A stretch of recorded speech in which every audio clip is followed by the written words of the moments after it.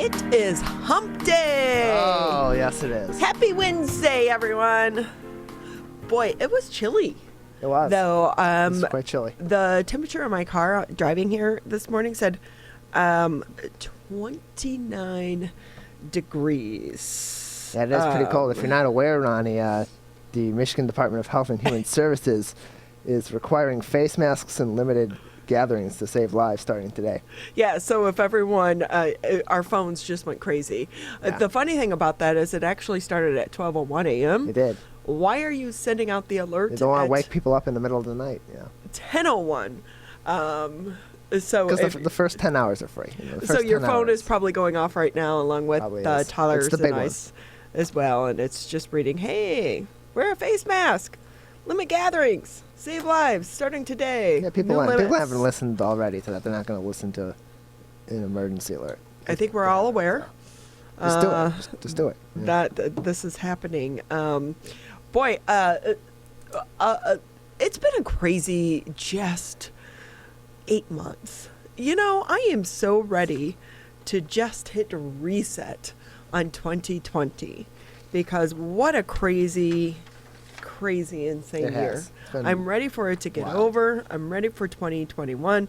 I will say I remember New Year's Eve and thinking, oh my God, 2020, it sounds so great. It's going to be an awesome year. Yuck. Thank you, everyone, for tuning into the Oakland County Megacast. And as anyone, for those of you that tune in on a regular basis, as you know, this actually grew out of this pandemic. And when Tyler and Dave Scott started this, the thought really was that this was going to be maybe a few weeks, maybe a couple months, because the information is important and that information is changing each and every day. And here we are 8 months into this pandemic, and the show is still going on and the information is still changing each and every day. And so our goal here on the Oakland County Megacast is a little bit different than mainstream media, in that we're not competing with mainstream media because they are so limited in the information in which they can bring you. So while they may be on the air for 2 hours, like we are on the air Monday through Friday, 10 a.m. to noon, we have typically 4 to 5 guests each show, and we allow for them to share their story and their experiences as we all continue to navigate the COVID-19 crisis.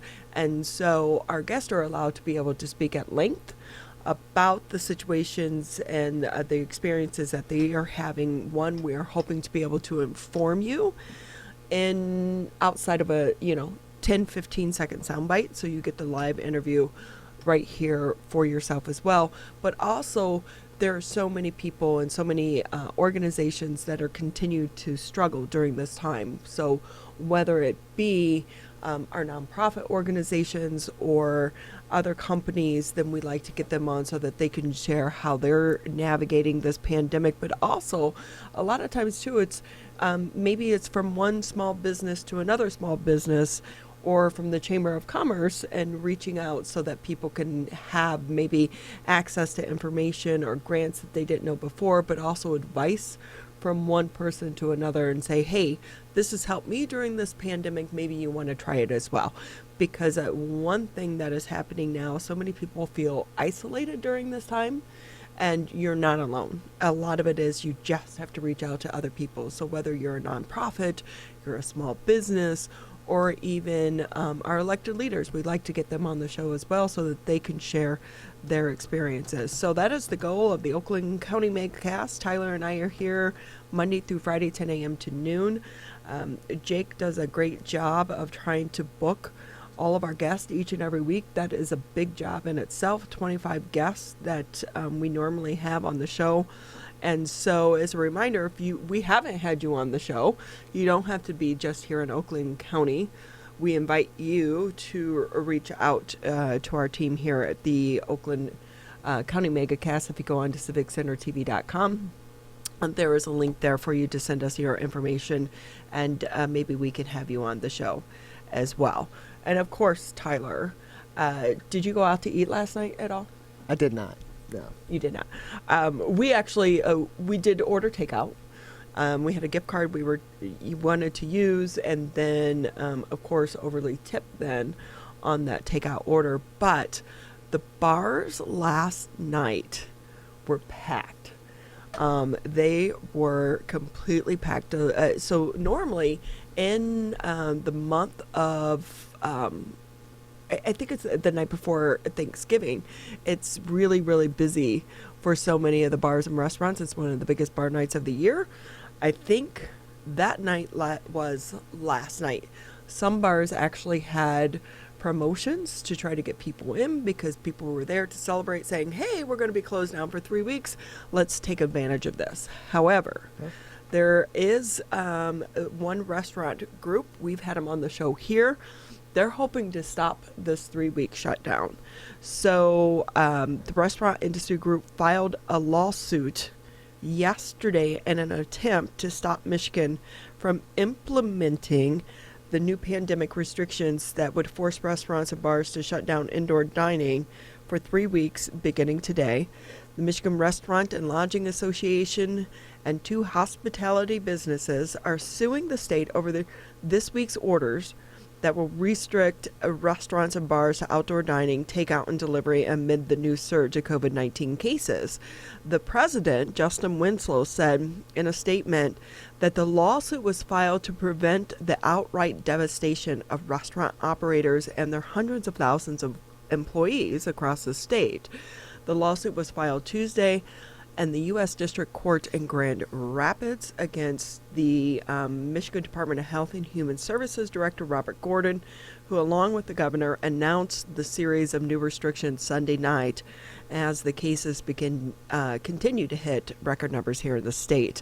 The lawsuit seeks an emergency preliminary injunction allowing Michigan restaurants and bars to continue with indoor dining while following appropriate health and safety protocols. One of the arguments, Tyler, and we had John McNamara on Monday's edition, and you can go to Civic Center TV if you want to watch that interview. Is one of the things that they were saying is that the state does do a dashboard on the state of Michigan's website, and you can track the outbreaks, and the number of outbreaks that publicly have been released have been very low for restaurants and bars in the state. And so they're basically saying that, the numbers don't support this move. We feel that the restaurants are doing the proper thing, taking the proper measures. Now you're going to force people into like your friend's basement. So we're going to start having gatherings at our homes where people aren't taking those protocols. And so they feel like they're being unfairly targeted. And of course, there is a reason why they filed this in federal court on the Western District, because they're pretty savvy about trying to, I don't want to say manipulate, but study the judges and their typical rulings. And on the western part of the state and the federal courts, there are quite a few people over in that court system that have been appointed by President Trump. Yeah, and the arguments that they're making are very similar to what was said earlier on this week when we spoke to John McNamara, and from what conversations he had with member businesses of the Michigan Restaurant and Lodging Association that had said that their efforts to clamp down on these rules and make sure people are following them have been very successful and have been followed to a T. These businesses know that if they don't follow these and there is an outbreak, that they're going to be flagged, and there's a possibility that they could be shut down for an even longer period of time than something like these 3 weeks without any service altogether. And so they're taking that pretty seriously, which is why they're going the route of the lawsuit here to try to prevent this 3-week shutdown of their in-person dining from happening, because as John McNamara even said, it's not just going to be 3 weeks that's affected, because their entire supply chain has to be modified in order to accommodate for significantly fewer meals being made, because they're not going to have in-person dining.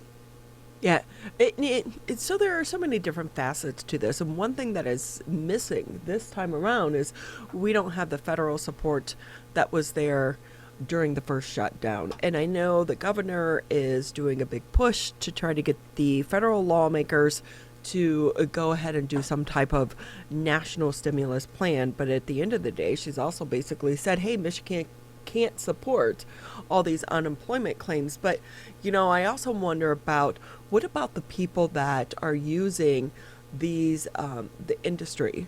Maybe you work at the bowling alley. Maybe you work at the movie theater or the bars and the restaurants 1 or 2 or 3 days a week to help supplement your income. And that money actually goes to keeping your lights on, to keeping, food on the table. And a lot of those people wouldn't qualify for regular unemployment because they're not full-time in these industries, which is very typical. So I think a lot of people are going to be hurt. It's going to be interesting, though.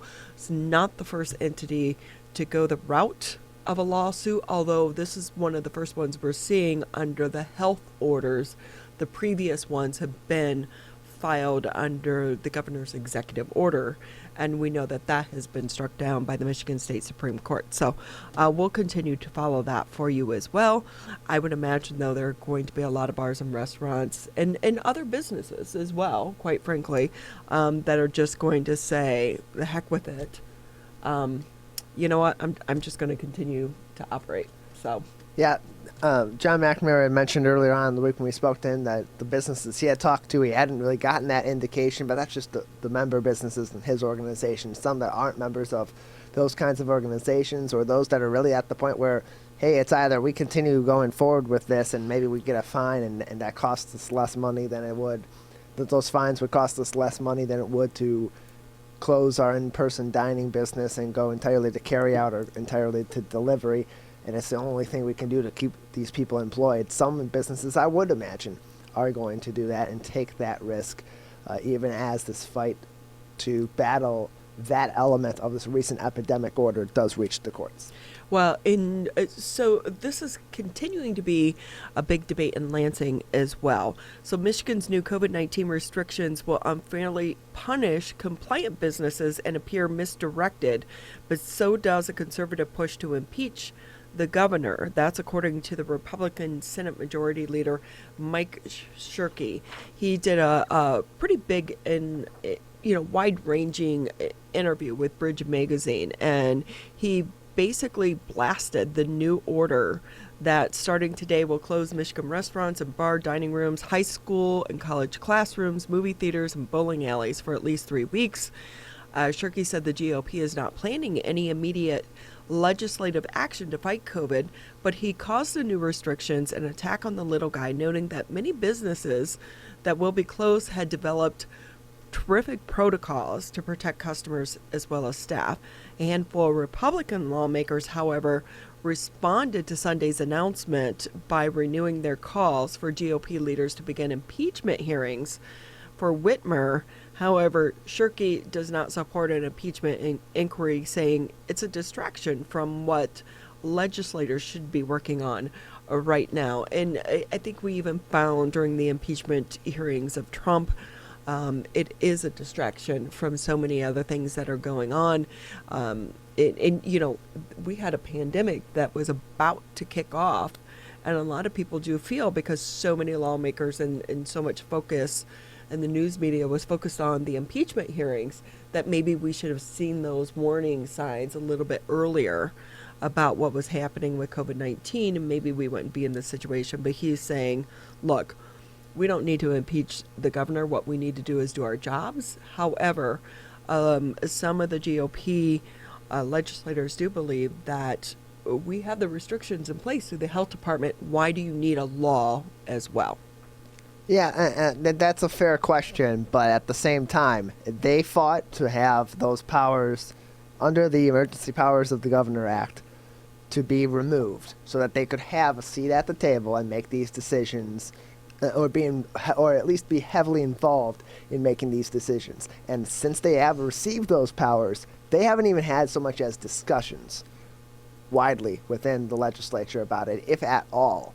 And so that's why you're seeing Mike Shirkey come out and say the impeachment inquiry is a distraction. There are better things to be working on, and credit to him for saying that. But widely, those in the legislature who have fought so hard to get the governor's powers removed so that they could make these decisions or be a large part in making the state's decisions on the response to COVID-19 have not taken so much as any action on it whatsoever. So if they want to be making these decisions, they certainly have the power. And it's just a matter of them needing to write some laws, bring them to the table, take some votes, have discussions. Well, I think discussion maybe, but I think what he's trying to say is, we're not going to vote on making a state law for a mask requirement because you already have a health order in place. Right, exactly. So some of these things, he's saying, they're already in place. And so why are we going to have 2 or 3 processes when we already have one? Yeah, let's focus on other issues. Yeah, and for things like that, like a mask order where it's already in place with the Health and Human Services Department, that's understandable. That you don't need to take any further action. That's already in place. There's already fines associated with that. It's already a requirement at the state level. But certain things like what we should be shutting down, how much we should be limiting, they don't like that coming from the Health and Human Services Department and through the governor. They can take action on that as well to make laws that would supersede those epidemic orders. Well, one of the good things that we are seeing right now, a little bit of the silver lining, is a vaccine is on the horizon. However, volunteers are still needed for the vaccine studies. So 2 COVID-19 vaccines might be nearing the finish line, but scientists caution it's critical that enough people continue to volunteer to help finish studying other candidates in the U.S. and around the world.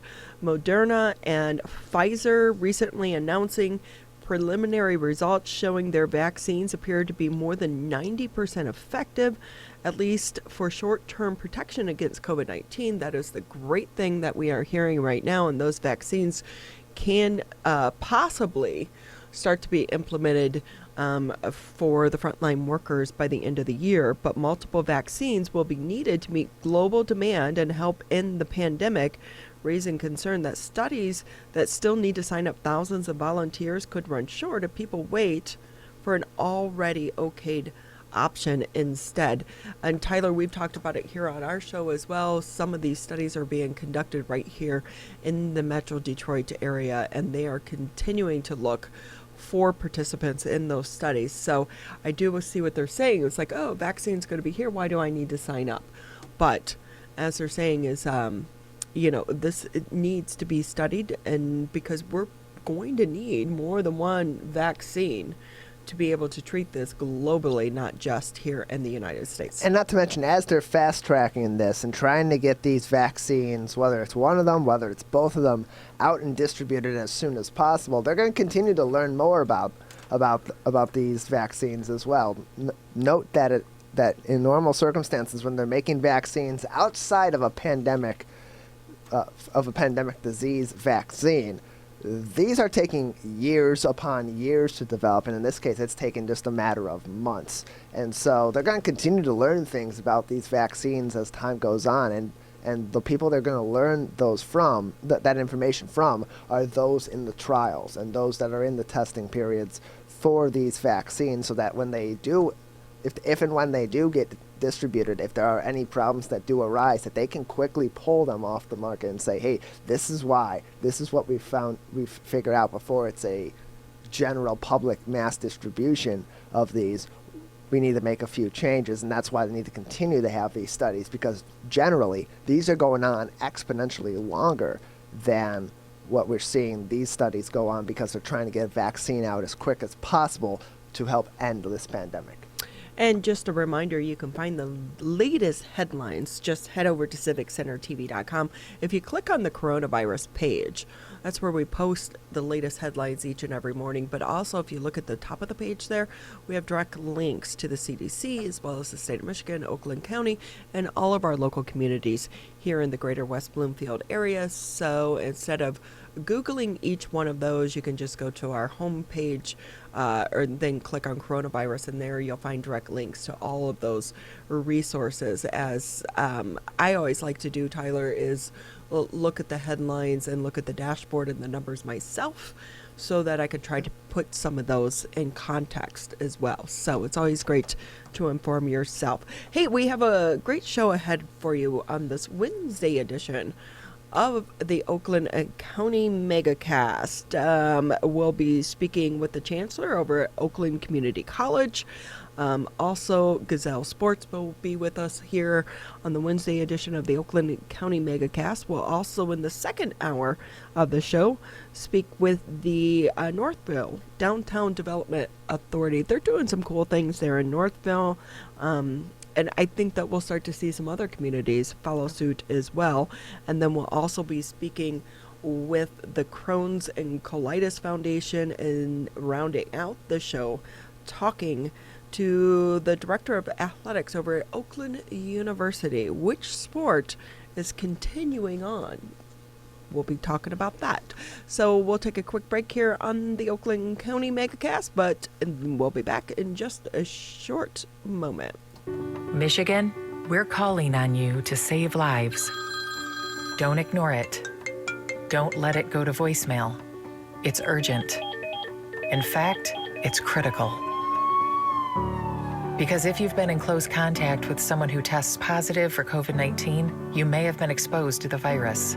And you could get a call from My COVID Help or your local health department. So please answer the call to learn how to protect yourself, your family, and friends. We're calling on you to stop the spread of COVID-19, to make it safe to reopen businesses and help Michigan move forward. So if you get a call from My COVID Help or your local health department, you may have been exposed to someone with COVID-19. To protect us all, answer the call. Learn more at michigan.gov/containcovid. A message from the Michigan Department of Health and Human Services. Hi, I'm Dr. Jonae Khaldun. I'm the Chief Medical Executive for the Michigan Department of Health and Human Services.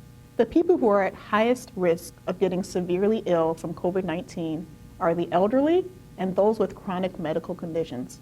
That includes people with heart disease, diabetes, COPD, or those who have compromised immune systems. People who are in those categories should right now be staying at home as much as possible and not going out if it is not essential. If you fit into one of those categories, those are the things you should do. And if you have a family member who fits into one of those categories, you should be checking in on them and making sure they are following those guidelines. There's something everyone can do to protect the community from COVID-19.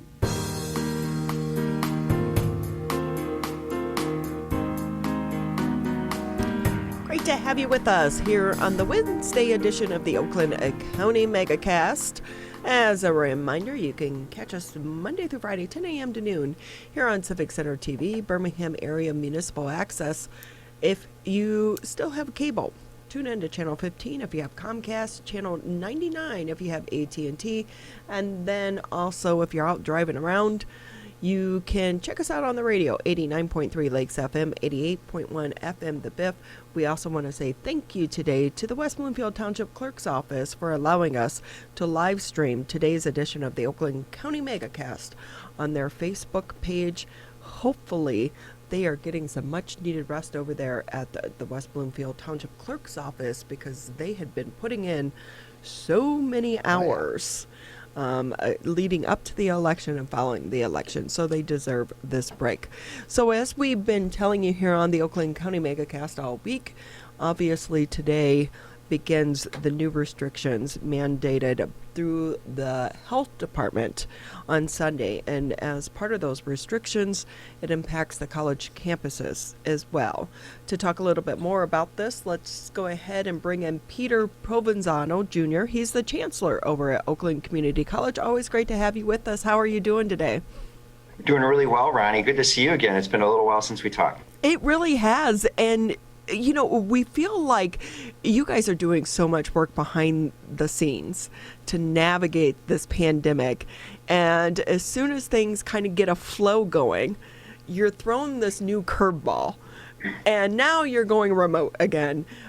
Tell us, what is the decision-making process for you and the members of your leadership team when these mandates come down? Well, it's interesting. If we would have invested in that crystal ball about 2 years ago, all of our decisions would be so much easier. Right. We need that. Remember that old Magic 8 Ball when you were a kid?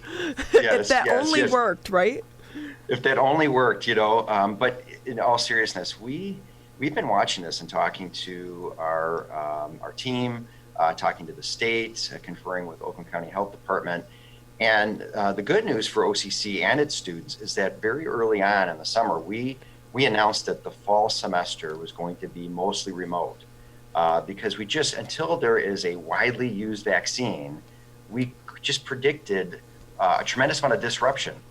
And one of the things that we heard from our students was that they really appreciated us coming out early on and making the decision to be remote and announcing the fact that we would stick to it, that we wouldn't flip-flop back and forth from face-to-face to remote. And so when Sunday came around and the governor announced the new restrictions, it really had it had less of an effect on Oakland Community College than many other colleges and universities that were meeting face-to-face. About 15% of our students are meeting face-to-face.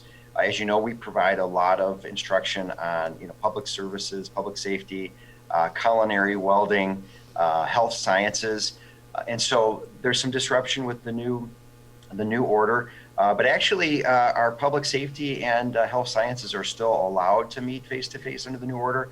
There is going to be a little bit of a hiatus for some of our other hands-on programs like culinary, welding, for the next few weeks. But our faculty are amazing. A lot of those classes, the face-to-face learning was front-loaded, so we were trying to do as much of the lab work as we possibly could early on, anticipating that a shutdown like this could actually occur. Yeah, because some classes you can do remotely, and I do feel like the younger generation, they're more adaptable to the online learning than some of your older students may be. And a lot of it depends too on their home situation. Do they have a place where they can have that quiet space and this, that, and the other? But there, like you said, there are some classes, if I'm a welder, I need to have access to that equipment. I'm not going to have that in my home. And so, there are so many things that go into this. But knowing that going into the second semester, because you have so many students that are going to, let's say, Michigan State University or, U of M, are you seeing or do you anticipate an increase in the number of students enrolling with the community college that can be transferred back to some of these larger universities? Because if I'm remote learning, I just want the credits. And if I'm doing that, I guess I feel like a community college is a good place to get that at a lower tuition rate. Are you anticipating or seeing a bump in your enrollment right now? We are, especially we refer to them as university guest students. It's interesting, for all of those same reasons that you've stated. We are the largest transfer institution in the state of Michigan. About 50% of our students transfer to another university. And so many, thousands of students have known for the last 50 years that OCC is a great place to start, receive a very high quality education, small class size. I always like to say, you're really it's like a private school education without the private school price. And so there's already a ton of students that take advantage of that and transfer to university. But what we're seeing is an uptick in those number of students during the pandemic, because they're looking at the fact that they're not able to have that campus life that they were wanting to have at the XYZ university. And so if they're learning from home or they have to learn remotely, they are picking OCC to take those classes and take advantage of the flexibility. I mean, we even had university students taking classes at OCC from their dorm at the other universities because we're remote. And so you had mentioned, the younger students, I think, are having a little bit easier time with the technology and the technology needs. And we're definitely seeing an uptick in our enrollment for less than 18-year-olds, 18 to 24-year-olds, because they are more comfortable using their computers, dialing online, and they're taking advantage of the flexibility. And what's really exciting about it is not only is it helping our enrollment, but we're seeing students take more classes. So the average credits per student at OCC has actually increased for the fall by about 4%. And that's really important because we know that the more classes that students take, the quicker they're going to complete and graduate, and the faster they're going to become successful. And so that's really quite exciting. So even throughout this whole pandemic, there's a real silver lining out there.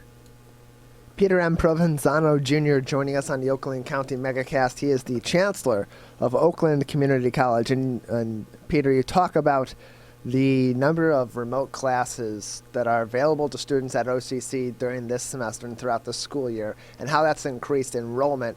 One of the problems with remote learning that we've seen at all levels throughout this pandemic has been access to technology. OCC has launched a really interesting program that helps to bridge that gap with some of its students. Can you give us a little more details on what that program is and what technology is being provided by Oakland Community College to some of its students to help bridge those gaps? Well, we're doing two things. You're exactly right, Tyler. We are seeing a challenge for many students using technology. They may not have access to the internet. They may not have access to a laptop computer. And so in the fall semester, starting with the fall semester, we rolled out a program where we used federal CARES Act money to give away 2,100 Dell laptops to our students who were taking 12 credits or more. And this went a long way to help them. And one of the questions we receive all the time from the students is, and just to clarify, do I have to give the laptop back? No, that's the beauty of this program. We really want, this is their laptop to keep, and we are hopeful that they will use the laptop not only for the fall semester, but to continue on using that laptop throughout the rest of their academic journey. And it was such a very popular program. We saw how much it helped our students that we have some CARES Act money left over, and we're going to continue the program. And we have announced that we're going to give away hopefully up to 1,400 laptops for the winter semester. We've also opened up our campuses to allow students to use our Wi-Fi signal for free. With 5 campuses, they're very large campuses, where it's very easy for students to social distance and to tap into our Wi-Fi network if they are having internet challenges.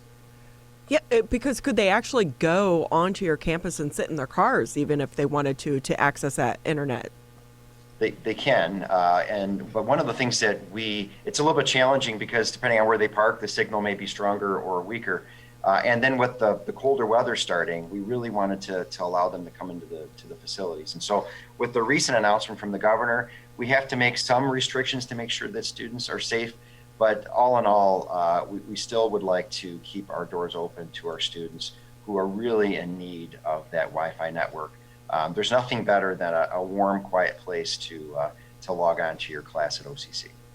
So, Chancellor, for those that maybe still have their own personal computer that they're using, their own personal laptop, have you run into any issues with some of your software and your programs working on the different types of computers? I'm a Mac user, and I know sometimes there is an issue with certain programs working on a Mac versus a PC. Are you running into any of those issues for your students? Well, not really anymore. One of the other things that we've done is we've upgraded our network, and we have a VDI system. And so students, and I think of our CAD program, for example, that software is very dependent on a powerful laptop, a powerful computer. And typically students, the only way they had access to that software or they had a powerful computer enough to run that software was on campus. They had to use one of our computer labs or one of the computers in the classroom. But with our VDI software, students are actually able to log in and run that application on our network through their computer. And so their computer is really acting as a monitor for all intents and purposes. It's not conducting all of the intensive computing power. And so that VDI network has really gone a long way to help students continue on with the heavy use of software, and they're able to do it from the comfort of their own home.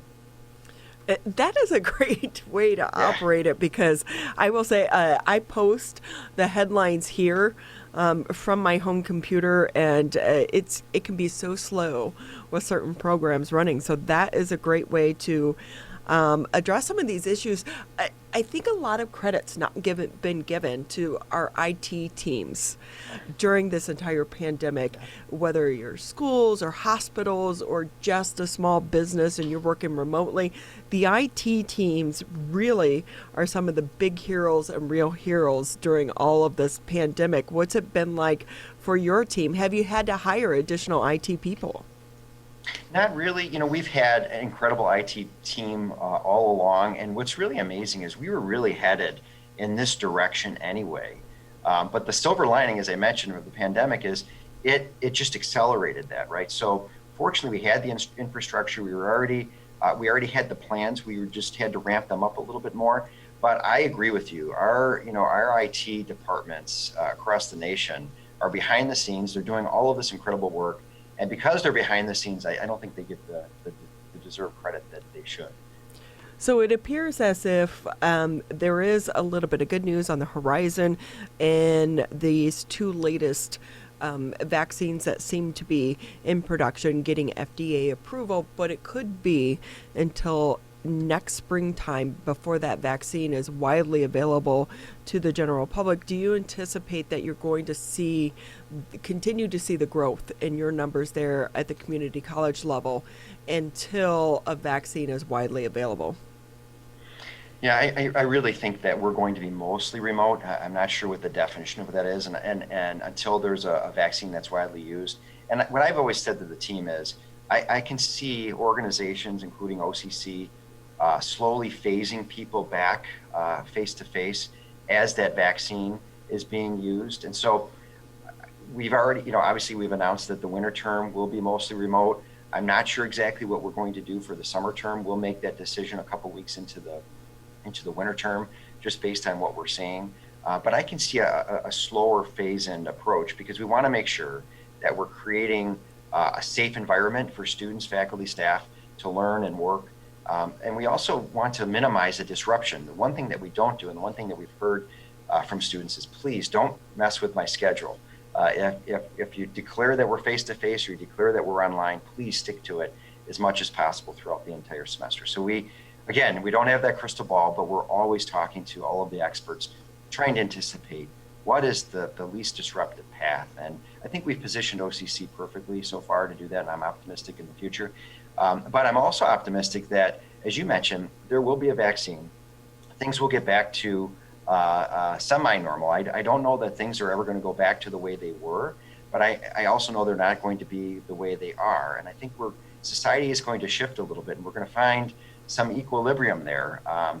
But I think it's good. I think when you look at from an education standpoint, as I mentioned, we were heading in this direction anyway. It just we were thrust into doing it a lot faster. Students will find in the future that education will be even more accessible to them. They're going to have more options, more flexibility, where all of the student services, many of their classes, will be available online. And I think that's really great news for students. And you're also seeing a lot of students enter. We're already seeing an uptick in students who have never considered education before. We're seeing them sign up for classes this winter, and they're coming from different programs like the new Futures for Frontliners that was announced by the state of Michigan a few weeks ago, where the state of Michigan is providing free community college tuition to employees that worked on the front line during the pandemic. That's incredible. And these are students who may not have otherwise thought that an education was attainable. And now, for the first time, they're seeing that not only do they have the financial ability to pay for this, because they're receiving foundation scholarships as well as money from the state, but they have this incredible flexibility to take a class anywhere, from anywhere at any time while they're working. And so I really feel optimistic about the future, especially post-pandemic. But Chancellor, on the flip side of that, how do you think that's going to impact your bottom line with your tuition? Because there are some students and some parents who feel like they shouldn't be paying the standard tuition costs that they're paying based on what was going to be in-class learning versus online learning. Could there be a reduction in tuition for the students that are doing remote learning? And also long-term, if there is a permanent shift to remote learning, what does this do for you and your college campus? Because you still have to maintain that campus that exists today. you're exactly right. No one really knows, right? So as things become more automated, footprints are likely going to change because you do not require as much space. But what I also know about technology is, and society, as things shift, we may find creative ways to use that space for other things that we've never thought of that don't exist today. From a tuition standpoint, one of the things we charge the same amount of money. Some colleges actually charge more for online learning. We've always charged the same amount, and quite honestly, it costs the same amount of money, arguably more, because of the technology to provide a online class as it does a face-to-face class. Many of our instructors are Zooming with students, they're emailing students. They've actually seen an uptick or an increase in the amount of work online than when they were face-to-face. And so I think time will tell to see how all this fleshes out. But and I think it's like anything in life, it'll be gradual and things will start to even out. Quickly before we let you go, I know this is very early in the conversation, but we're already seeing some companies such as Ticketmaster announce that in order to attend a concert, you're going to have to show that you had a vaccine or a negative COVID test. Do you anticipate that could be a way for students to have to return to your campus, that they'll have to show that they've had the vaccine in order to come back into in-class learning? It may be. We follow all of the CDC guidelines and the health department recommendations, so we'll follow their guidance on that as well. And if it's something that is required that we do, then we will implement it. Right now, we're following the guidelines, which is basically if an employee or a student is going to show up on campus, they have to fill out a form that lets us know, a little bit of their medical situation. And it also helps us with contact tracing. So I guess the short answer is we will continue to follow all of the CDC guidelines as well as the health department. And if that's a required protocol, then we'll be sure to implement it. What a crazy world we live. I will say the good thing about this, as you mentioned, technology today. Could you imagine if this was back in the days of the AOL dial-up? Oh, Tyler, that was even before you were probably born, but it was like, early on. And then you couldn't use your phone. So the good thing about this is we are in a world where we have the technology to help support it. Chancellor, thank you so much for your time. It's always great having you here on the show. Anytime things change, please reach out, come back on the show. Our goal here is to be able to educate the community and educate the public as well about all of the changes that are going on. So we so greatly appreciate your time. Pleasure to be on there. Always nice to talk to you, Ronnie and Tyler, and I hope to see you soon. Take care. Have a happy and a very safe Thanksgiving as well. Tyler and I are going to take a quick break here on the Oakland County Megacast. And when we come back, the world of sports, what's it like right now to have a retail sports store? But also, the good thing about sports, some people are actually taking advantage of this time to get outdoors and enjoy sports and maybe start a new health routine. So we'll be speaking with the owners of a local retail sports outfit here in the city of Birmingham. You're watching and listening to the Oakland County Megacast. This may seem uncomfortable, but so is being hooked to an IV, sleeping in a hospital bed, and fighting for your life. When it comes to COVID-19, comfort is not as important as saving lives. Wearing a mask can greatly reduce the chance of spreading the virus. So mask up, Michigan, every time you leave home. Hi, my name is Kurt Lawson, and I'm the Public Information Officer for West Bloomfield Township. We wanted to reach out to you, our older adults, to provide information that you may find useful during this difficult time. We want to ensure you that West Bloomfield Town Hall, our Waters and Utility Department, West Bloomfield Parks, and our police and fire departments continue to work hard on your behalf. Information and resources can be found on the Township website, the police Facebook and Twitter, or call West Bloomfield Parks COVID-19 Help Hotline. Please remember to keep your social distance of at least 6 feet, wear facial coverings when you leave your home, and wash your hands for at least 20 seconds with soap. These precautions will help keep you safe during these difficult times.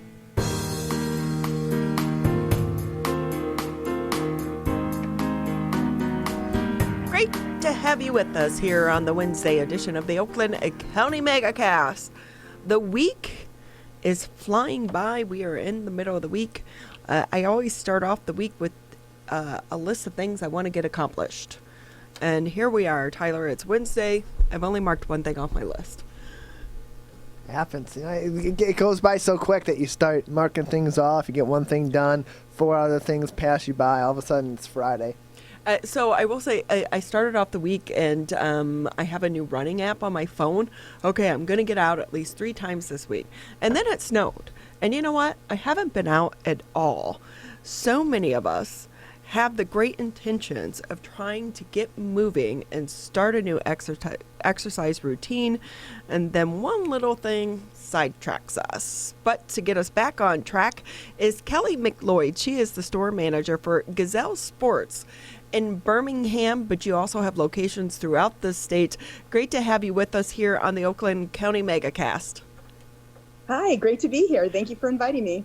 For all of us that started off the week with good intentions of wanting to exercise and move more, and then we woke up to the snow, what do you say to people as to how to get over those little humps in the road? Oh, absolutely. I know, the change in the weather can definitely have a big impact on motivation to get out there. But as we say in this business, there's no bad weather, it's just bad equipment. So for me, a big motivator is some new apparel or a new pair of shoes or grabbing a friend to run with. And I know right now it's a little bit tough with social distancing, but if you have somebody in your same home and you guys want to motivate each other, there's nothing like accountability. How important is it for an individual to have a running partner? It's extremely important at the beginning when you're looking for that motivation. Beginning any sort of new fitness program is really tough, especially running. So having that buddy next to you it can be fun. You can share milestones together, goals together. So it's extremely important, but not necessary. There are also a lot of, we call them lone wolf runners, who find the break from, the stress of work or kids or anything else going on in their life. They put on their running shoes and hit the trails, and it's actually a really peaceful moment for them. So it's finding what's right for you. And Kelly, I'm wondering, as someone who works in the shop, such as you work in there, are you seeing more people come in to take up running because they can do it on their own time? So maybe they're working remotely, they're at home, and it's easier to have your sneakers on and your jogging pants underneath your suit jacket and then to go out for a 30-minute run and come back. So could this be a good thing, this pandemic that we're going through? There's definitely an uptick in new runners and new walkers that we're seeing walking through our door and asking for the right tools. And if there's a time to crush that goal, if you've ever wanted to run, if you've ever wanted to just make a new fitness goal for yourself, now is the time. Outdoors seems to be the safest place to be, or people are definitely investing in in-home treadmills.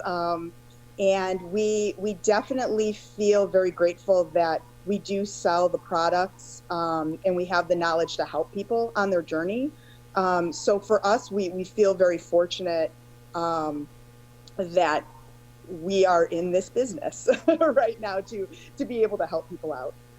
Because for those that are maybe just starting out, how important is it for them to really have the right equipment, not just the right shoe, but also it's getting darker so much quicker, sooner. I mean, it seems like it's, pitch black at 6 o'clock at night right now. And so if you're going to be going out, make sure that you have a light, right? Oh, 100%. So running safety is actually very, very important to us. And we always say you want to see and be seen, and the right equipment will keep you safe out there. If you're running through your neighborhoods or if you're running trails, you definitely need the right equipment. And we have everything you would need, from handhold flashlights or a headlamp, reflective gear, proper layers. running safety is at its prime right now during this season. Yeah, I'm on Facebook and I keep seeing the ad come up for it almost looks like glow sticks, and it's a vest for people to put on. And I would think for us, we walk our dog late at night. It's a good thing for also just for you to have if you're going to be out at night walking your pet or just taking an evening stroll as well. 100%. You know, I wear my light up running vest and it blinks when I'm walking my dogs. And I also attach little glowy, lights to both of my dogs' harnesses as well, because people pull out of driveways, sometimes you don't see the little pup before the person. Visibility is the number one thing we need to think about when we're out there. Yeah, it's extremely important. And that's one thing I think walkers don't think about. Runners, we tend to think about properly layering, having all of the safety gear on, but walkers are at much of a risk as runners, so very important.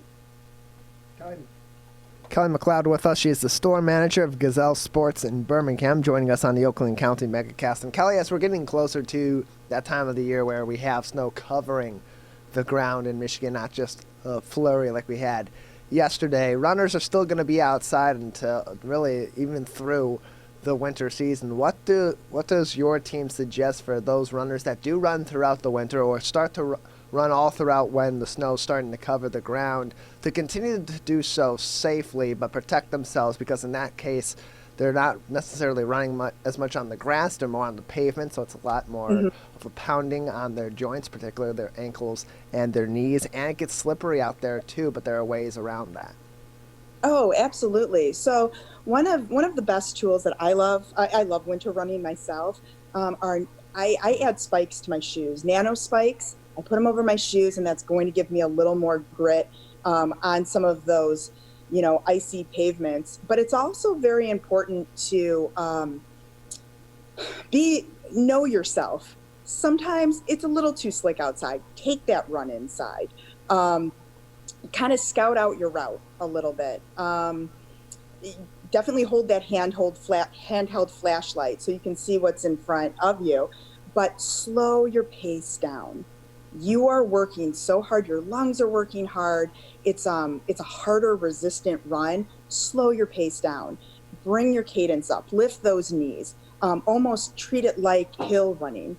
There are so many tools online. There's tools in any of our location where we'll help do sort of a good form running to teach you and guide you through winter running. It is a little bit different. So slow it down, land gently, wear spikes, and you'll be okay. But if you start to feel a little iffy out there at all, we've all had those wipeouts as runners. It is scary.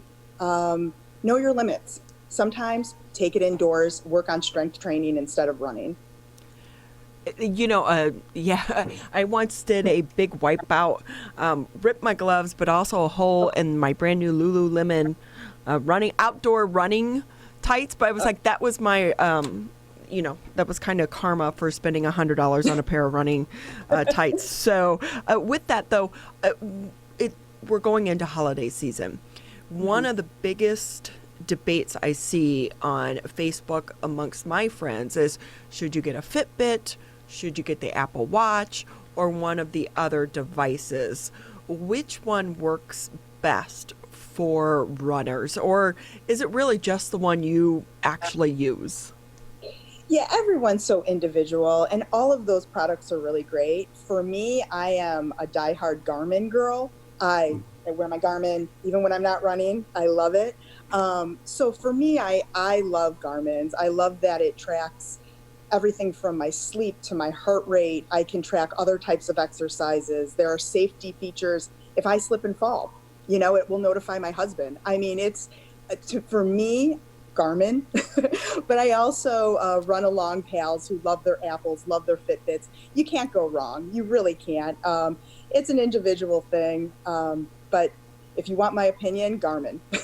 So if you have a Garmin, does that have the apps like Apple that, it teaches people how to run? So if you're training for a 5K or a 10K or a half marathon, you can have the app that tells you to run here, to walk there. The Garmin works the same way? 100%. Yeah. So Garmin Connect, you just, download the app. There are a lot of different routes you can go. There's extra features you can purchase. There are ones that come with it. Yes, absolutely. There's so much guidance through the app that it's like having your personal trainer alongside you. It's really cool. And how important is it for people who are starting out to actually utilize these apps? Because do they really work in their programming? Because I know they'll say, okay, this is a rest day, or this is your run day, run for 5 minutes and then walk for 2 minutes. Do those actually work if you're training for a race coming up? Absolutely. Absolutely. If you are training for any sort of distance race, you want to follow a program. You definitely want to go in slowly, do it appropriately to help prevent injury. So I think following any sort of run program, whether it's something you look up online or through an app, through your device, or through any run specialty group, us or any other store would be able to guide someone in the right way. It's extremely important. You want to do it properly. Kelly, we're going into the holiday shopping season coming up here pretty soon. Sometimes buying running shoes or particular, any type of fitness gear for an individual can be hard to do. What advice do you give to the general public if they want to get one of their friends or their loved ones like a new pair of running shoes, or something to help get them motivated through the winter months? We would suggest, if you're purchasing shoes for a loved one, to get them a gift certificate and then have them come in and have a gait analysis, have a one-on-one consultation with a run fit specialist. We take you through gait analysis. We watch you walk. We bring up the right shoes for you. We'll watch you run on a treadmill to make sure it's the right shoe for you. The shoe is the most important tool to make sure you're running safely, efficiently, and it will help prevent injury. So we definitely suggest that gift certificate, or we could set up something. We do virtual fits as well. So if right now you're a little bit uncomfortable coming into the store, you can pop onto the website, gazellesports.com, and you can schedule a one-on-one consultation, sort of like what we're doing right now, where we could watch you walk virtually and suggest the right shoe for you to try on at home. 30-day money-back guarantee, so there's no risk there. It's extremely a loving gift to give someone, is something that will help them on their fitness journey. Kelly McLeod with us. She's the store manager at Gazelle Sports in Birmingham, joining us on the Oakland County Megacast. Kelly, just another couple minutes with you before we have to let you go. For those that are watching, any other further information that we haven't spoken on today that would be important for our audience to know, or any other tips for those that are getting into a fitness routine, into a running routine, whatever the case may be, as we're heading into these colder months, from you and your staff over at Gazelle Sports? Yeah, just a couple tips for new runners and new walkers. Some things that are often overlooked are hydration. So please make sure you continue to hydrate. Layer up properly. Definitely want those base layers. Dress as if it's 20 degrees warmer out there, because your body will heat up very quickly. And come on in. Come and talk to us. We're here to help you in any way that we can. We love sharing our resources and our knowledge with you, or go into any run specialty store. Very important that you talk to people who share this love and can guide you in the right way.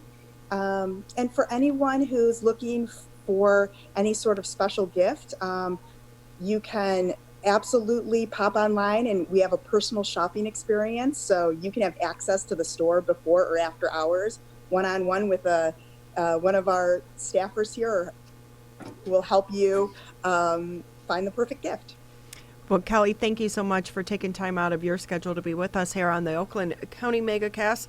We appreciate it, and we also want to invite all of our listeners and viewers, if they are in the market for a new pair of running shoes or anything as we continue during the middle of this crisis, because health and your fitness is so important, and to get out and enjoy this weather, even in the cold winter months, and having the right shoes and the right clothing can be vital. So take advantage of Kelly and her team over there at Gazelle Sports in Birmingham, located on West Maple Road. It is so important to have the right gear, Tyler, if you're going to be out exercising during the winter months. And so much knowledge and expertise goes into getting you fit in the proper shoe and the fit in the proper gear as well. So thank you, Kelly, to you and your team. Tyler and I are going to take a quick break here on the Oakland County Megacast. When we come back, a lot to get to in the second hour of the show. And coming up next, we'll be speaking with the director for the Northville Downtown Development Authority. You're watching and listening to the Oakland County Megacast. As rivals, we don't always see eye to eye. Like who scored the best recruits? Who's gonna be who? And whether we wear green or blue. But one thing we can all agree on to help stop the spread of COVID-19. Wear a mask. Wear a mask. Wear a mask. wear a mask. Wear a mask. The ball's in your court, Michigan.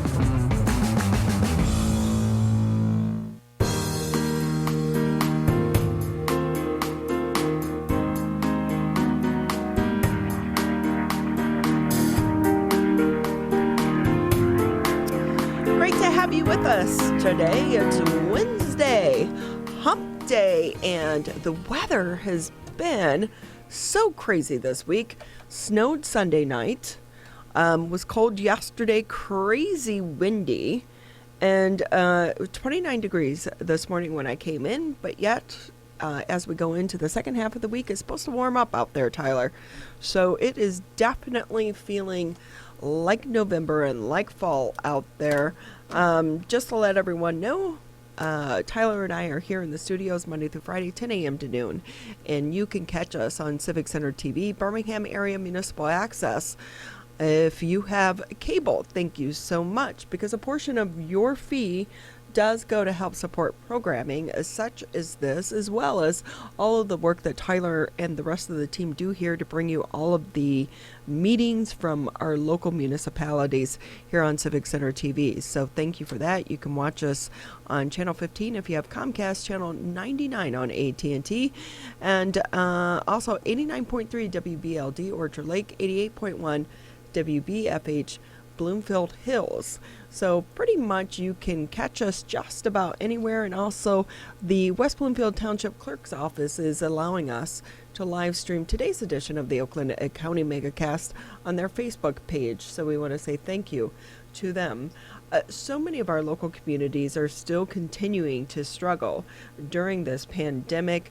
I think for so many, we thought by now we would be coming out of this, but yet now we are seeing the second surge that our healthcare professionals were warning about back in the summer months when we saw some of the lowest numbers. Now we're seeing some of the highest numbers. But if you're a business owner, you still have to pay your bills. You still have to keep the lights on. You still have to pay that rent. And helping so many of these businesses, the downtown development authorities within their communities, and that includes for the city of Northville. Joining us now on the Oakland County Megacast is Lori Ward. She's the director for Northville Downtown Development Authority. Northville is one of my favorite little towns to go visit, Lori. It has so much character. Thank you for being with us. Well, thank you for having us today. Because it is a walkable community, that's what attracts people. But going into the winter months, I would imagine foot traffic decreases a lot, and now we're in the middle of this 3-week shutdown. What does that do for so many of the businesses there in Northville, especially the restaurants and the bars, which that's a big attraction for that area?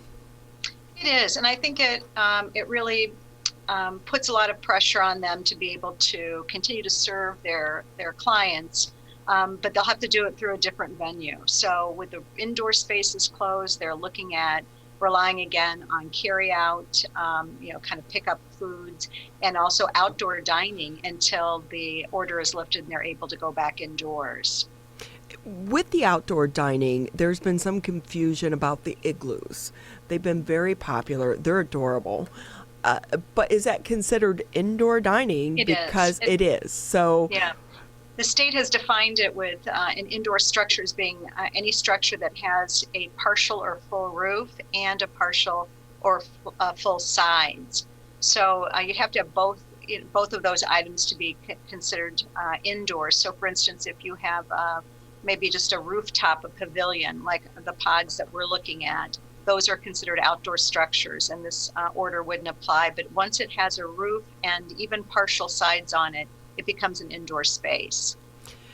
how has this been for some of the businesses in downtown Northville during the pandemic? Have you seen some close, or are they able to pivot and keep their doors open?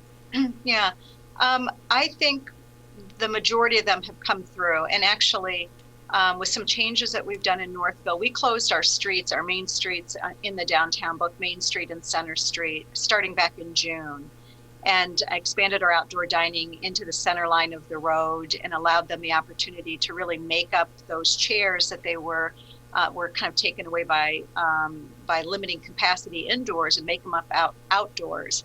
And then in August, we added the social district, which is allows the participating bars to be able to sell in a special cup, designated social district cup, and wander around the downtown, listen to music, sit in one of our two plazas downtown, socially distanced with an adult beverage. So I think the combination of being able to spread out and also sell additional types of beverages like that, we heard from some of our restaurants that they were having record sales over the summer. And same with our retailers. So it's been, I think, giving people some alternatives has really paid off for us, so that they can go into a restaurant indoors, they could go outdoors, or they could sit outside in one of our open plazas and socially distance. That seems to be very successful, but obviously as we go into the winter months, right now, I think you can get away with being outdoors if you have a heater or, something like that, if it's 30, 40 degrees. But when it hits 0 and below, not too many people want to stand outside for any length of time. So are there any things being put into place to try to address the freezing cold winter months? There are, in connection with what our downtown restaurant owners and some of our retailers are doing, which is providing their own outdoor structures. We are putting private or public structures into place. So we've got a series of pods and stands, and they're part of a program that we're calling Heat in the Street in Northville. So we're providing kind of vending kiosk stands that some of our local downtown restaurants can vend hot soup or barbecue, or have chili cook-offs. They can use them to vend food. And then we are creating open air pods that will be heated and lit, and you'll be able to stand at a bar, kind of a bar height table outside through the winter. And so it gives them some overhead protection and some heat, but it's considered an open air or an outdoor structure. And the series of these that we're doing will kind of create that open air market feel from Europe, like a Kinderfest or a Winterfest that you see in Europe, Germany, Austria, in that area. So we're really excited about these. We're hoping to have 22 in total. The first 4 are delivered this weekend, next weekend, the weekend of Thanksgiving. And we'll be able to kind of kick the tires, check them out before we place the bigger order, which will be here in probably the second weekend, December.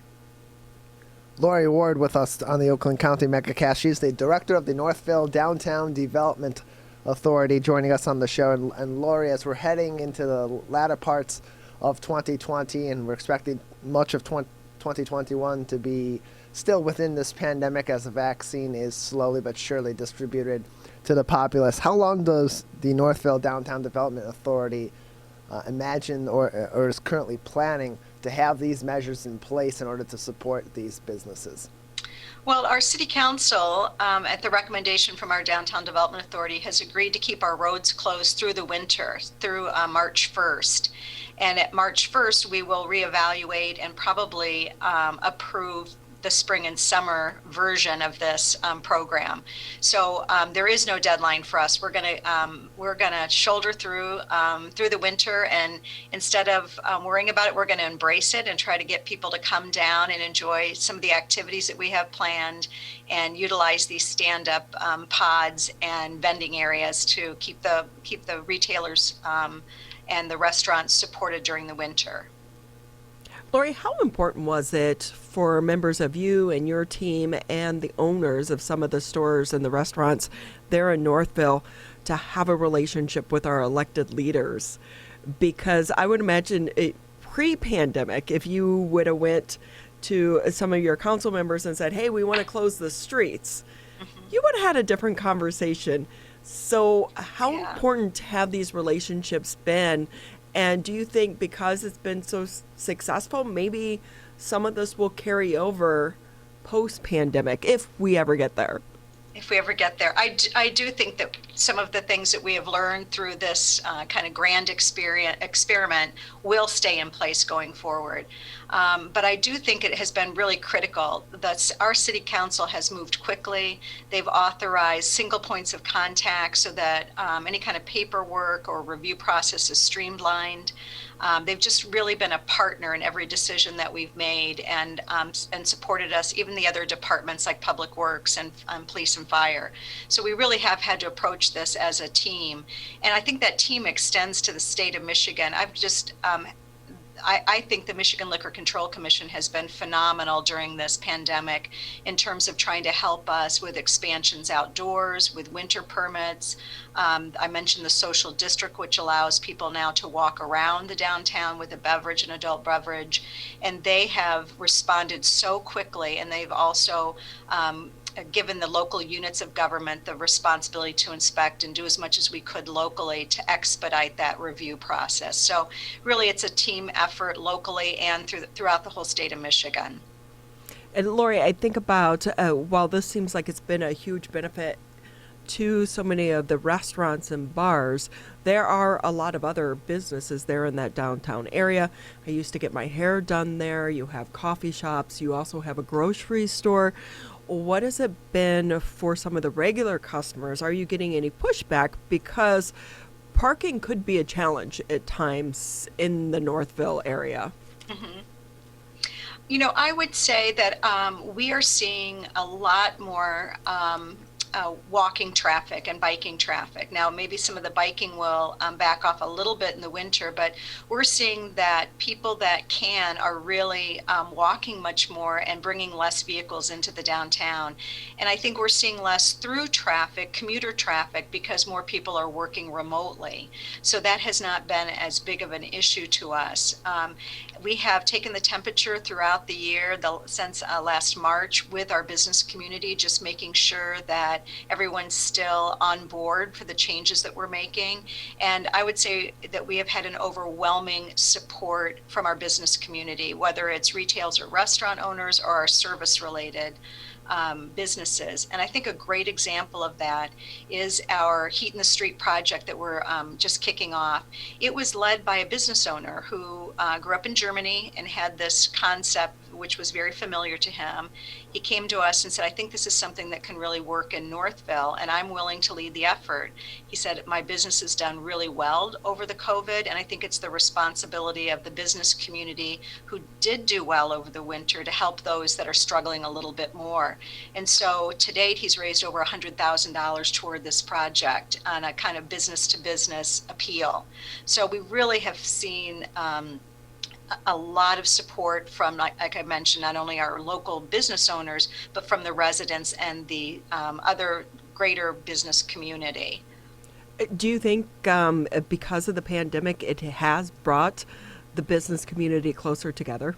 Oh, absolutely. It's definitely, I know that everyone feels that we're all in this together, and our strength is how we approach it together instead of having everybody kind of peel off and do their own thing. I think that they realize that there definitely is safety in participating and helping each other out. So it's been really heartwarming to me to see that. I've been here a long time, and this is really a unique situation. Well, let's definitely hope some of these relationships continue post-pandemic. I love that word post-pandemic, if we can ever I know, I love it too. get there. I love the idea of it. Right? But I think one of the things that's coming out of this, no longer can we operate as this is how it's done. This is how it's been done. It has allowed for different thinking and different avenues and different doors to open. So with that, what do you think is going to be the long-term positive impact for the city of Northville and the downtown area coming out of this crisis? I think that we're going to be holding a town hall meeting next month in December to talk about, as you mentioned, post-COVID, what downtown looks like, because there are so many people that have enjoyed the street closures and the ability to walk around the downtown and have extended outdoor dining like we have. And so many people have contacted us to say, we hope we can do this every year. Not the COVID, not the pandemic, but the closed streets and the environment that allows people to, walk through the streets of downtown and be able to distance and support the downtown. So I think that might change. I think you might see Northville in the future having street closure, either closure on Main or closure on both streets for an extended period of time every year. I do like that. I think walkable communities are a big attraction, and also if I can go from restaurant to restaurant, that is going to be an attraction if you can continue that post this crisis. With that, obviously, we just had the state announce the closure for the next 3 weeks with the bars and the restaurants for in-person dining. Were you anticipating this, or did you have any heads up, or were you just kind of, watching it live through the press conference like the rest of us? Just like the rest of you. We did not think that it would be a complete shutdown like it has been. So we were kind of taken by surprise as well. And, now making some modifications, bringing back our pickup areas for takeout or pickup, and trying to assist them with some of the outdoor challenges that they're facing right now, and could with snow removal and other things if their only option is outdoor dining. Right, or, curbside pickup, if you have the streets blocked off, that could make that a little bit more of a challenge as well. And knowing that we don't have the support of the federal government this time around for so many of the employees, is the DDA doing anything for some of these local businesses, especially if this goes beyond 3 weeks? Are there any types of grants or any programs to try to help, if not the business owners, at least the employees as well? Yeah, so we're taking the responsibility of getting that information to each one of our business owners downtown. And there are some state and federal grants that are available right now. So we're just making sure they have all the information that they can submit for reimbursement for winterization projects. And then we have really daily contact with the downtown businesses just to provide them support on their individual needs that come up, because everyone's different and needs different help in slightly different ways. So we will remain supportive through the next 3 weeks in any way we can.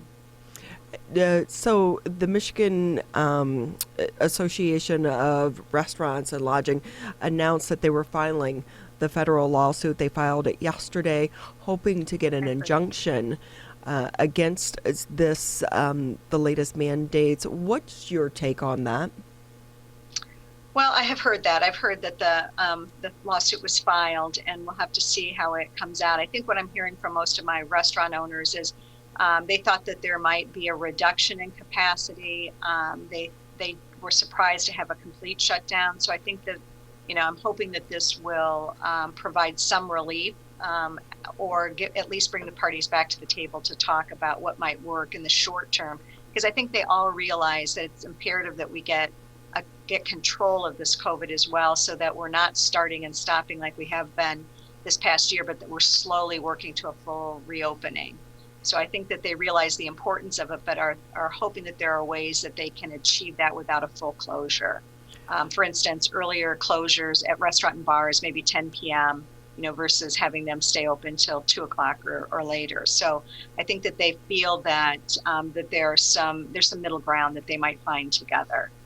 Yeah, I was really surprised that they didn't go the curfew route, which some of our neighboring states, I know Ohio is implementing that starting this weekend and saying, hey, you can be open, but we're going to close you at 10, because one of the things that we are hearing from some other members or owners from the restaurant world is they're not seeing the outbreaks that they feel would support a full closure like this.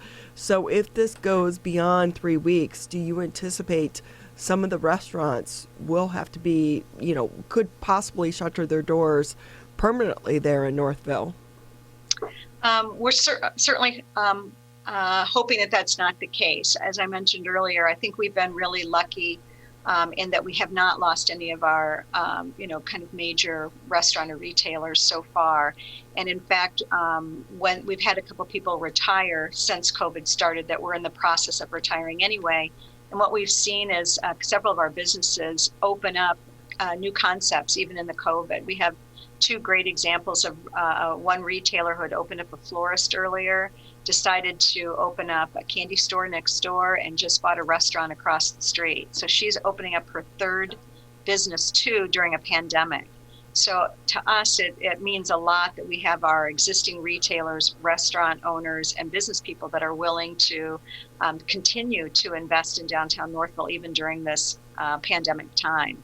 So we feel that so far we've got a strong group downtown that have been able to make it, and we'll continue to support them for that outcome. Wow, that's great to hear that some people are still willing and able to expand during this time. Lori Ward with us here on the Oakland County Megacast. She's the director for the Northville Downtown Development Authority. Lori, before we let you go, anything we didn't touch on that you want the public to know, or if someone hasn't been to the downtown Northville area since the crisis, what should they expect if they want to come visit? Yeah, we'd love a visit. And starting, as I mentioned, the weekend after Thanksgiving through March, we'll have this outdoor dining open air concept available. And you'll be able to buy directly from one of the stands or get carry out from one of our restaurants, pick up an adult beverage, wander around, sit by the fire pits that are in the downtown area, or sit at one of these or stand at one of these pods, as we call them, throughout the downtown, and just check it out. We're programming music, and we're looking at other vendors that might be a draw for the community. So I would say during this time period, please support your local small businesses. And as we're on the shopping season for the holidays, keep them in mind, and they'll work with you in any way they can. If you don't feel comfortable coming in, they'll do deliveries, they'll do pickups. But I think it's important that we continue to support them during this difficult time. Very much so. And you all are being so creative as well in your ways of trying to support some of these businesses in the downtown area. Thank you so much to Lori Ward. She's the director for Northville Downtown Development Authority. Great to have you with us here on the Oakland County Megacast. Well, thanks for including us. We appreciate it. I'm looking forward to going to downtown, Tyler, because Northville is very unique in its setting, but I love this thought and this idea of these pods because it does give them somewhat of a unique atmosphere and a different way to experience dining and going out with maybe your friends there in the Northville area or downtown. So good to see them get so creative. Yeah, it is. It's nice to see them get creative to help these businesses stay open and to inspire these businesses to keep each other open also. And if it can work in Northville, maybe that inspires other municipalities as we continue to go further and further into this pandemic and see that start and stop motion in how these businesses are allowed to operate to maybe do some similar things in order to inspire some of the same creativity and innovation in their other municipalities. We're going to take a quick break here on the Oakland County Megacast. Still a lot to get to in the last half hour. Michigan, we still need to stay careful because we don't want to go backwards, back to where we started. So keep standing 6 feet apart. Keep wearing a mask in public. And if you have symptoms, talk to a healthcare provider about getting tested. To move forward, let's all do our part. So stay careful. Michigan.gov/coronavirus. Hi, I'm Dr. Faust, the Medical Director for the Oakland County Health Division. The most important thing you can do to prevent the spread of illness is to wash your hands thoroughly and often. Follow these 6 easy steps every time you wash your hands. Step 1, turn on the sink and wet your hands with warm water. Step 2, apply soap to your hands and lather between your fingers, under your nails, and the front and back of your hands and wrists. Step 3, wash your hands by scrubbing them together for at least 20 seconds. Step 4, rinse your hands with warm, clean water. And step 5, dry your hands with a clean cloth towel, a paper towel, or hot air blow dryer. If you're using a cloth towel, make sure to change it often. For handheld faucets, turn off the water using a paper towel instead of your bare hand. Step 6, if you're using a paper towel, throw it away. Practice healthy habits like washing your hands after coughing or sneezing into them to keep you and others healthy. Go to oakgov.com/health or call Nurse on Call at 1-800-848-5533 to learn more.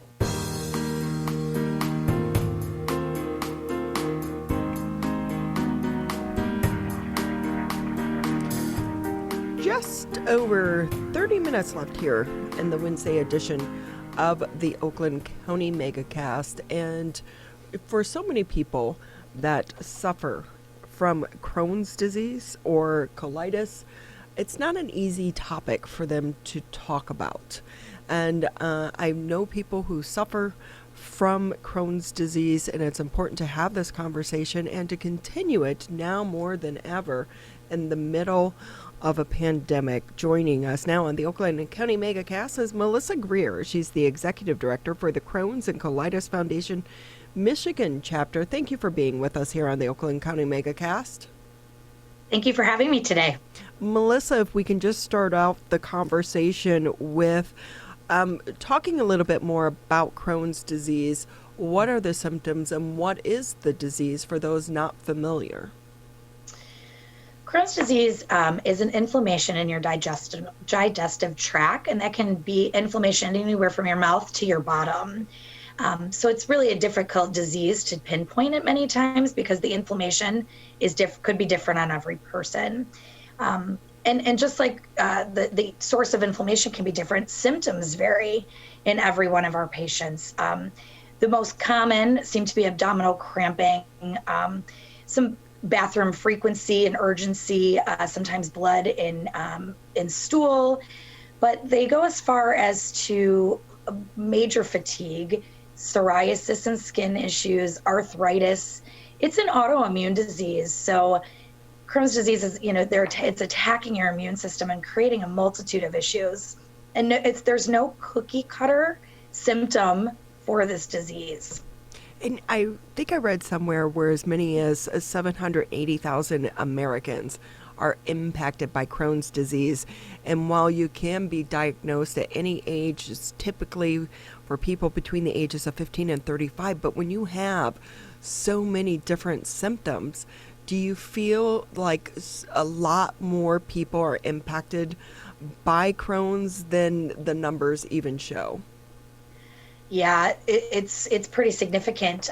We are a combined Crohn's and ulcerative colitis number in a recent study is over 3 million are affected by inflammatory bowel disease, and a lot of those instances they're being misdiagnosed, and people aren't talking about it. People aren't getting the care that they need. So we believe that there's a much larger number of patients out there that we just don't know about.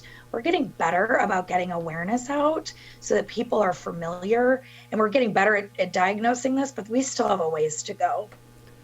And with that, we often hear Crohn's and colitis. What is the difference between the two? Crohn's and ulcerative colitis are commonly defined as inflammation. But as I mentioned, Crohn's can be anywhere from your mouth to your bottom.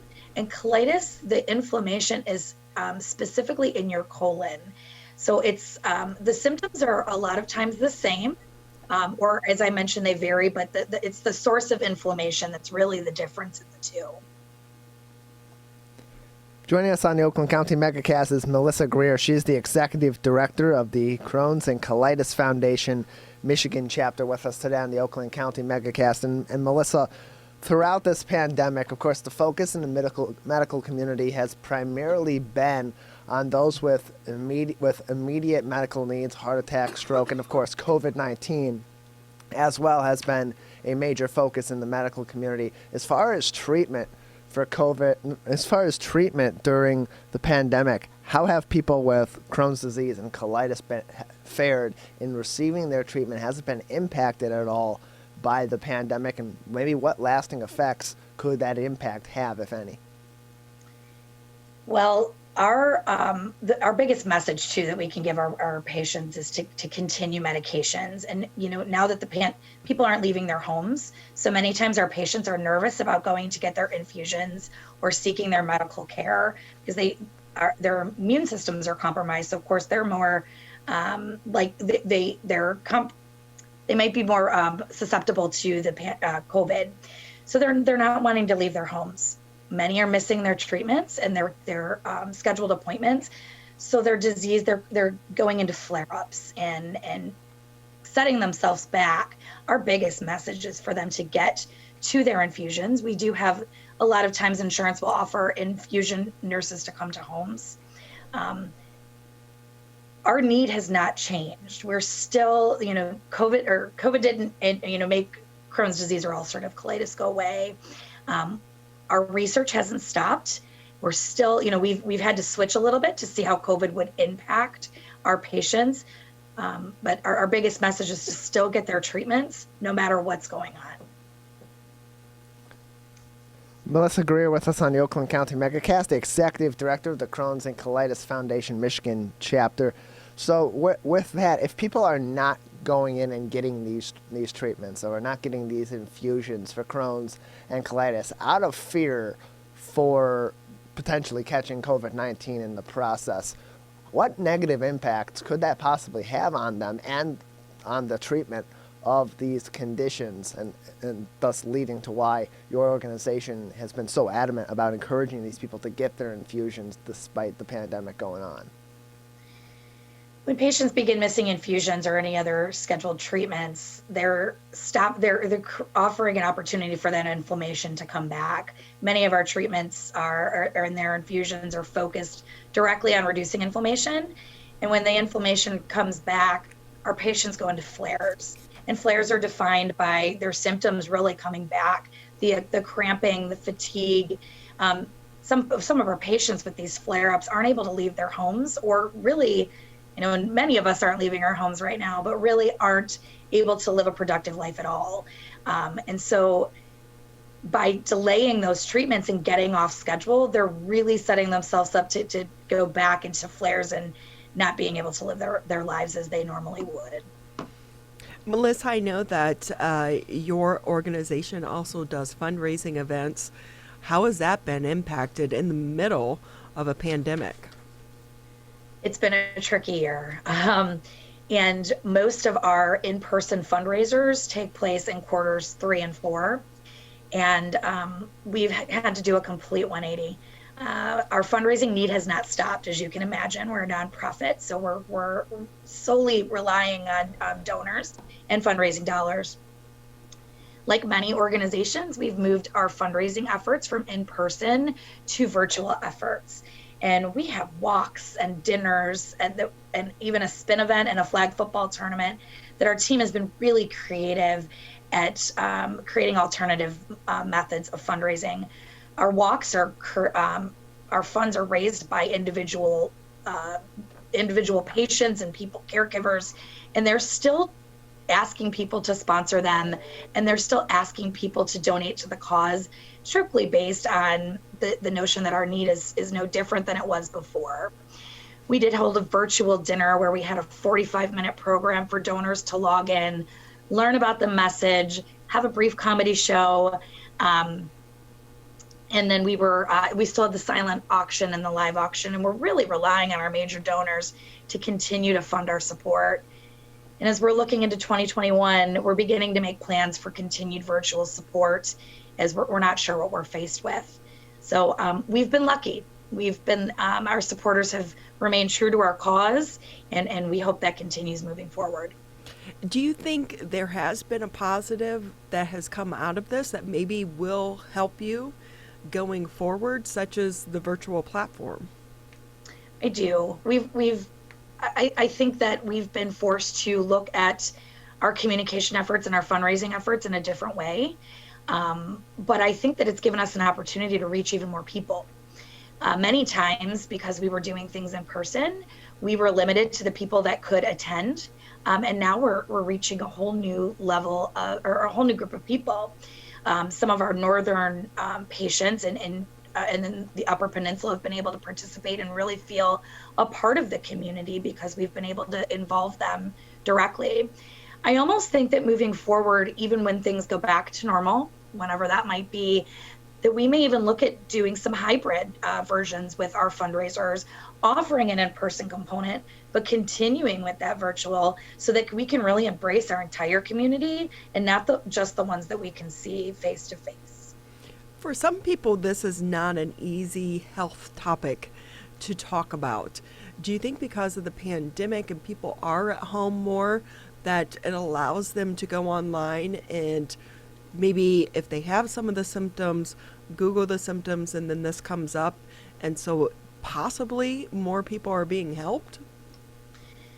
We certainly hope that that's something they might be doing, and we're certainly doing a lot of opportunities to create that awareness. So as people are watching, TV more and doing a little bit more research, this might be an option that they come across. We're also doing some continuing education for medical providers. Many people the physicians that our patients are primarily seeing are IBD specialists. And we're trying our best to educate primary care physicians and general practitioners so that they are aware of what Crohn's disease and ulcerative colitis looks like. And so we're taking opportunities right now to get that education to them so that they can better diagnose patients when they come to them with the symptoms I mentioned earlier. Melissa Greer with us. She's the executive director for the Crohn's and Colitis Foundation, the Michigan chapter. Before we let you go, anything we didn't ask or touch on that you want to share with the viewers and the listeners? I think the biggest thing is just Crohn's disease and ulcerative colitis affect 3 million people, and it's unfortunately that it's on the rise. And we just want people to know that there is a foundation here to support for education needs and support group needs. We're doing research to find cures, and we just want to create that awareness and let people know that they've got a home and that we're here for them. And thank you for your time. Well, we so thank you for your time as well as your knowledge. It's an important health issue that needs to continue to be discussed here in our community. And thank you and to you and your team for all the work that you continue to do. Thank you very much. Enjoy your day. You too. Stay safe and stay healthy. Tyler and I are going to take a quick break here on the Oakland County Megacast. And when we come back, the last topic we will tackle today, college sports. This is the Oakland County Megacast. Michigan, the coronavirus pandemic has put us all to the test. And now it's time to put COVID-19 to the test. As we move forward, testing will be critical. We encourage anyone who has reason to get tested to do so, those with symptoms and those without. If you are leaving home and going back to work, get tested. If you think you may have COVID-19 or you've been exposed recently through family, friends, or coworkers, get tested. Our test locator tool can help you find the right testing site that fits your needs, even if you're looking for easy access with no cost, no prescription, and no appointment necessary. We've got you covered.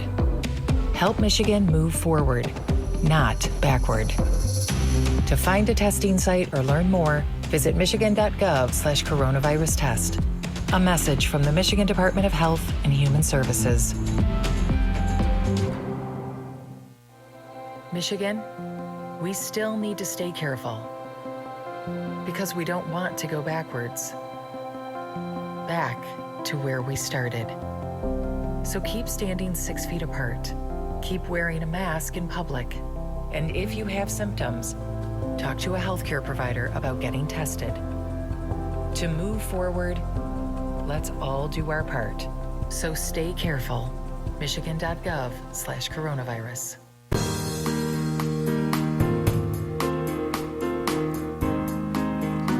Thank you for checking out the Friday edition of Friday. It's Wednesday. Was it on Monday? I said it was Friday Tuesday. edition. We're Today having is enough fun Wednesday. for it to be a Friday edition. This is the Wednesday edition of the Oakland County Megacast Hump Day. Oh, yeah. Here in the greater West Bloomfield area. Tyler, you know what I miss? College sports. Oh, yes, so do I. I mean, I know you're a big sports guy. I am. You like high school football, but I love college sports. I'm not big into professional sports, but there's nothing better than March Madness, college football. But it's just not happening this year. It's or if it is happening, it's in a different variation. So, COVID-19, 8 months into this, we thought for sure that we would be back to normal by now. That is not happening, and having to navigate this crazy world, you think the numbers are swinging one way, and then we go back to the other way. And imagine being the person who is in charge of all the athletics on a college campus. Joining us now on the Oakland County Megacast, Steve Waterfield. He's the Director of Athletics over at Oakland University. Thank you so much for being with us. What a crazy year you and your team have been having. It has been a crazy year. Let me say, though, when you said it was Friday, I was pretty excited. That was going to be the highlight of the day. It feels like a Friday after 3 days of the work week, or not even 3 full days. But yeah, it's been crazy. I tell folks all the time, though, number one, I have a wonderful staff, coaches, student athletes that understand this is a very fluid situation. And the other part is we're one of about 357 or so schools that are going through this. And so we're not alone, and we're going to work through it together. And there's a light at the end of the tunnel. The tunnel just keeps maybe getting a little longer than any of us would hope. Oh, isn't that the truth? And I know that you and your team have gone to great lengths to try to, contain the spread of COVID. But recently, both of your basketball coaches, it was announced that they tested positive. What has that done to your basketball program? Sure. So as we announced, both Coach Campy and Coach Tungate tested positive. Not a surprise. I think a few days later, Coach Izzo announced he had tested positive. And so what happens is then we do through our head team physician, through Henry Ford Sports Medicine, we do some testing and contact tracing of those individuals. And a large group has to quarantine because within a basketball practice, it's challenging to maintain social distance. In fact, probably impossible to do that. And so they quarantine, and you hit the pause button for 14 days, and then you get them back to practice and competition as safely and as quickly as you can through the medical process. So we're not the only school that's dealt with it, not only within the Horizon League, but nationally. And there'll be more that will have to go through it once this season starts a week from today. I think actually what is it? It's almost 12 noon. We'll be tipping off in less than probably 10 to 15 minutes next week at Xavier in an MTE event on Fox Sports 1. So it's right around the corner. Hey, that's the school my nephew goes to. So. All right, I got to give you bragging rights then. Let's hope we can pull off a win. There you go. There you go. What keeps you awake at night? Are you afraid of an outbreak? Because like you said, it's almost impossible to completely avoid any contact with COVID-19. It's invisible. You don't even know when you're coming in contact with it. Yeah, I think the thing that short term, it's what are we doing, and are we doing what we can to keep everyone as safe as possible? And it's you're not going to have 100% success doing that through everyone's best efforts. I tell student athletes and coaches, we can do everything right, and we still might have COVID positives, but what are we doing? And I feel very good that we're doing, if not what the Horizon League peers are doing, but oftentimes more. When we're testing our basketball student athletes 3 times a week with PCR tests, and now with the state order, it's going to be 6 times a week, at least through December 8th. One of the things that I'm tracking on, and one of my biggest concerns is the mental impact this has on our student athletes and our staff, but mainly our student athletes. And what we need to make sure that they get resources. We have a lot of great resources on campus with the Graham Counseling Center and a performance psychologist that works half-time with the athletics department, but years 2, 3, 4, 5 years down the road, I think not just for student athletes, but in society in general, I mean, that's really what I worry about. I mean, this has been a challenging, will be probably close to, if not a little over 12 months, but it could even be a more challenging 24, 36, 48 months after that. And what can we do to try to mitigate those challenges? Yeah, and can we talk a little bit more about the impact on some of the student athletes? I think most have done an amazing job to try to isolate as much as possible, because you don't want to be that teammate who tests positive. But on the flip side of that, if you are, now, before we didn't talk about health issues, there were HIPAA rules and violations, but now it's pretty common who is the person who is infected, and your name is out there and you have to do the contact tracing. So do you want to talk a little bit more about the student athletes and the impact for them that this is having on them and them trying to isolate? Because I will say, I think on one side of the coin, you do have more student athletes that aren't out partying and doing things that normal college kids would do because they want to play sports. Yeah, I completely agree with you. The vast majority are doing everything they possibly can to stay safe. This is just a challenging situation for all of us. I mean, what's normal? Hey, going out to lunch with friends, you can do it, or you could have done it before the order came into play today, but there's risk involved. Even if you wore a mask in the car, even if you wore a mask at lunch until you eat, there's just risk involved. And those are challenging situations. But I think if I transported myself back to when I was 18 to 22 years old, and that's becoming longer and longer ago, what you expect to do is so much different now, given what you have to do to try to stay safe and keep your teammates safe. I tell the student athletes and our SAC officers, our SAC president, Adeline Swiderski, a softball student athlete on a student athlete advisory council, that SAC call earlier this month, basically said, hey, we're all in this together. It's not just keeping our team safe, it's keeping each other safe. So whether it's basketball with soccer and track and field with softball, or it's all part of that connection of how do we do everything we can so all of us have a chance to compete. Starting with basketball next week and then moving to next semester with all of our sports, we'll at some point be competing.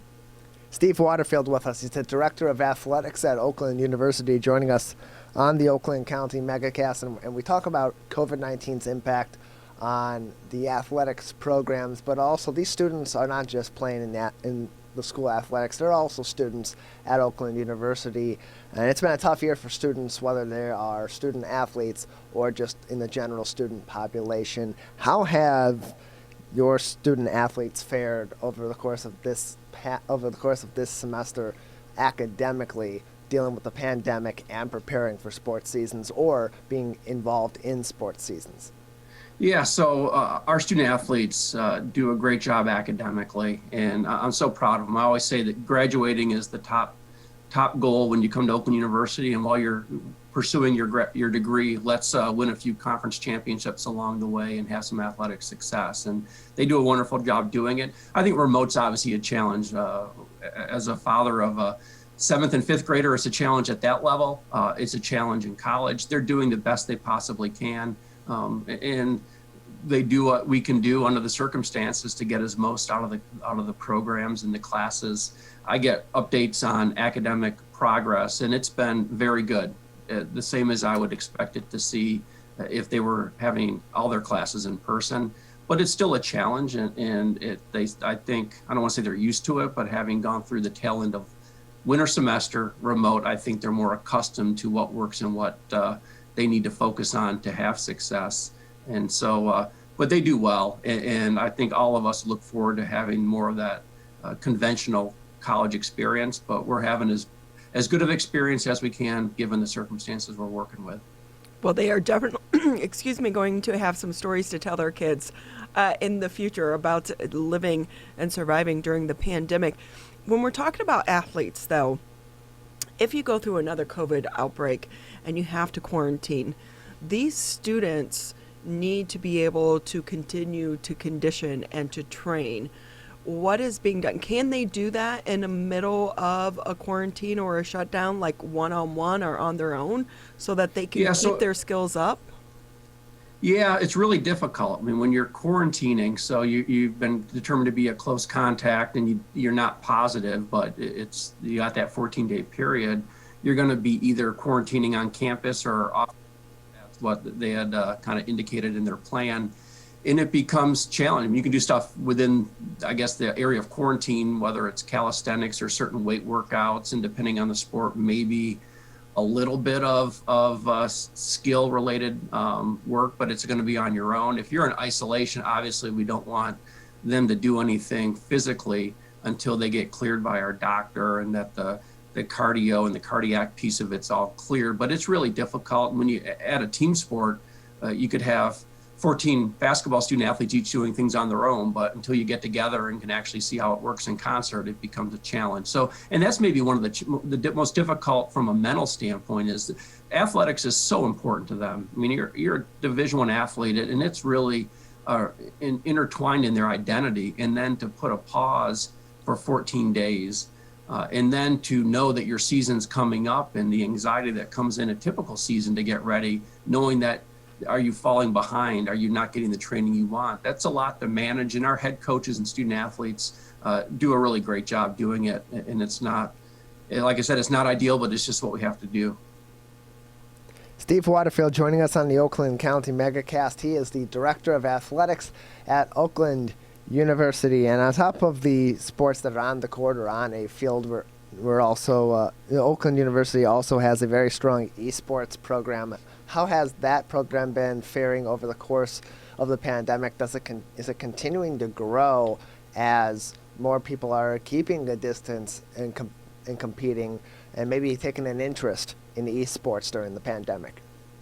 Absolutely. It's been about a year since we announced it, beginning of December, as the first varsity esports program in Michigan, Division I varsity program in Michigan. And I've been just exceedingly impressed with the accomplishments of the team. Head coach Carl Leone has done a great job since he started in March. And I mean, he's had to start as a first-time head coach in a pandemic and work through that. And he's done just a sterling job. The support that we've gotten through athletics and on campus with communications and marketing. But a few weeks ago, our Rocket League team, which every Rocket League player, which think soccer with cars is the way I look at it, is in the top 3% of all Rocket League players in the United States. They won the inaugural Michigan Esports Rocket League Championship. So we won our first conference title for this academic year. It was esports. So proud of those student athletes and what they've done. And we will continue to grow that. We will continue to look for ways, especially in a pandemic, to grow it. But we can't wait till once we can have events with people in place and in person to have these what they call LAN tournaments where we can have folks come watch in person. But it's growing. We're looking at ways to try to expand roster sizes next year because of the interest and growth. In the club level, which is managed through recreation and well-being, Greg Jordan and his staff does a great job as well, and really growing that culture of esports at Oakland University, which is so important to me. So we had you on the show a few months ago, and we were talking about this. And I have to say, since then, I've been having these conversations with more and more people about the industry of esports and the fact that you're offering this over at Oakland University, and you get parents look at you like you're crazy. They're like, what are you talking about? Because, a lot of parents are complaining about their kids playing so many video games. I'm like, no, actually, they can make a lot of money. And now there are, sports. So what has that conversation been like for you and members of your team trying to market this to the general population? I think the first part is we just say this is a skill and a talent like every other sport we have. It's all different. They're all unique. They all take different gifts and talents that you work on. But from a teamwork, communication, skill, decision making, manual dexterity, all those things that you need, they have that at very high levels within the United States. And so there's a talent there. This isn't, I think the stereotype isn't at all what it is. And so understanding that it is actually a very social game, a lot of teamwork and communication, and that to perform at the highest level is a gift and a talent that we celebrate and that we want to encourage folks to achieve and pursue. And one of the things that makes esports really special to me is it's so inclusive. It can bring in so many different people from different backgrounds and abilities, genders that all can come together and compete. And so to me, it's almost a reflection of what we want as an athletic department and what we want as a kind of a sports culture to bring all these folks in. But there is that question of what, but I think it also helps because I watch my own sons play it and see what they do. And I understand that this is just going to continue to grow and grow in popularity and interest, not just within Michigan, but the United States and then the world. Are there scholarships available for some of these student athletes then?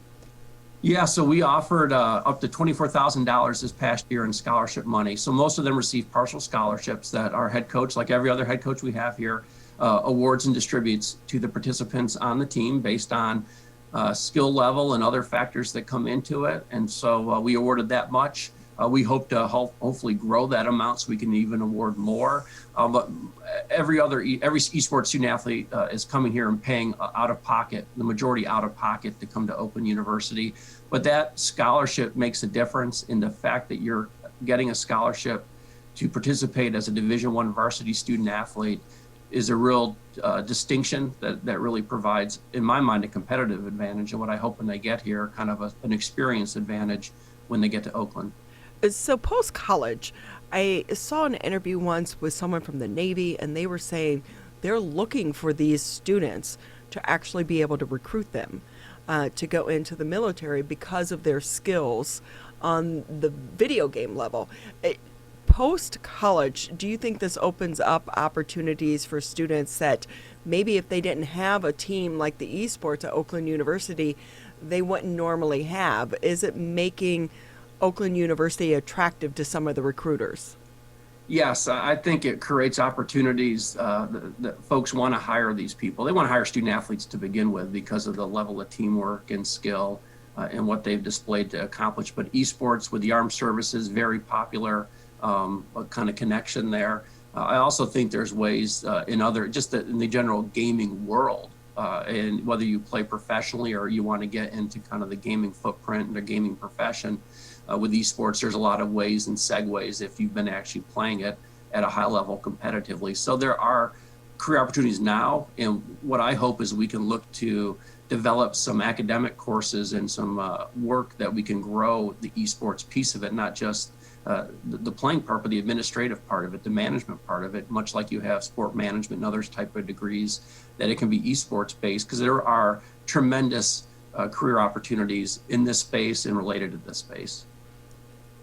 Steve Waterfield with us here. He's the Director of Athletics over at Oakland University. Just another minute or so with you before we let you go.